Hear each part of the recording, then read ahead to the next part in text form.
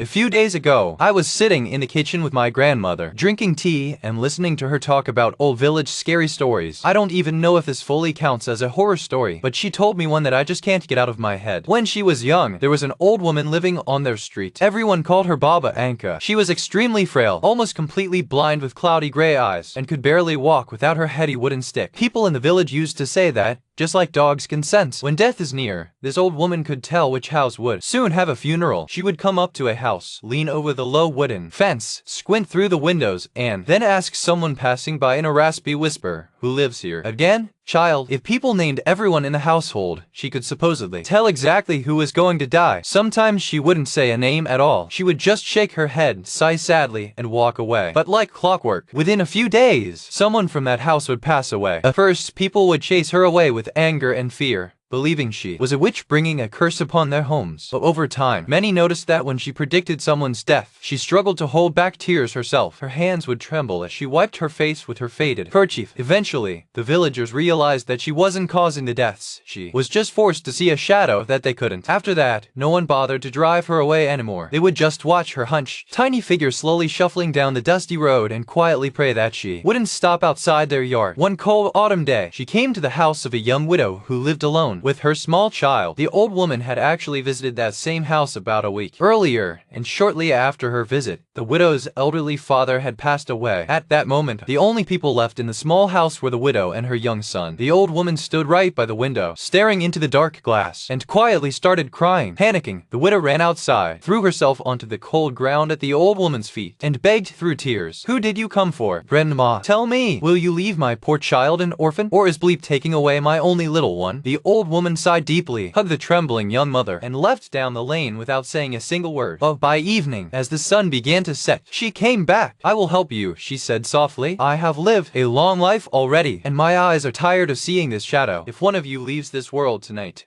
the other will surely die of grief. Soon after, you are young. Your lives are still ahead of you. Just promise me don't forget to come visit my grave." She instructed the terrified widow and the child to spend the entire night at the neighbor's house down the street, no matter what noises they heard. And then, she went inside their empty house and locked the door from the inside. The next morning, when the neighbors went to check on her, they found the old woman dead in the main room, resting peacefully on the bench. The widow and her child, however, really did live a long, safe, and happy life. I still don't know whether my grandmother truly believed this was something supernatural or just an old village legend passed down to scare children, but the way her voice quieted down when she told it definitely gave me chills.